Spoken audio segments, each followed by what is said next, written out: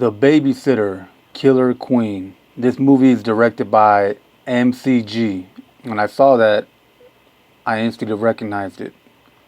This is the guy who directed Terminator Salvation, I think, which I kind of like, but not 100%. It's not a bad director.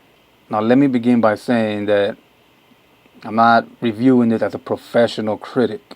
I'm reviewing this movie as just your average viewer. I know nothing about the Babysitter movies, especially the first one. I haven't watched it. I only heard about it. I had really nothing to watch, so I'm like, let me just check this out. And it might be good. It might be one of those little Netflix movies that's actually really good, like Bird Box and Bright, which I like a lot. But no, it's nowhere near that caliber. It's a very odd movie, but not in a good way. The first thing I noticed is a lot of music. They use it pretty well, but it's old school music. I don't know what they were trying to accomplish with that. This movie's about a bunch of youngsters, man, from like this generation. So I looked up MGC, and he was involved in the music industry. I think he was a producer or music director. And then it made sense. For no wonder he uses a lot of music. Okay. But evidently he's a fan of 80s music. He likes 80s music. He likes a lot of 80s themes in general. So you see that happen a lot throughout the movie. Cars, even the way they talk. And I think that's what he was going for. He was trying to make like an 80s classic kind of movie, like Animal House and stuff like that. It doesn't work now. A lot of the jokes they don't land, man. There's this one part where one of the characters crawls through a window and she falls down. And if that would have happened in like an old school movie, like an 80s movie, somehow, I don't know how, but they would have made it funny. Whether a different angle or the way she fell, who knows, man. But they would have found a way to make it really funny. It didn't work in this one. There's a bunch of scenes like that. They just can't make it work.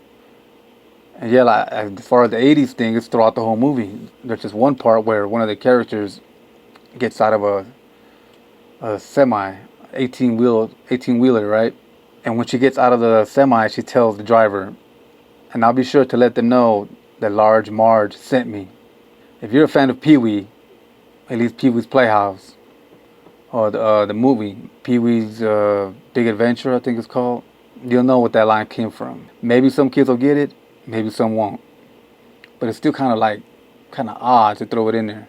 I don't know, maybe he's trying to get parents to watch.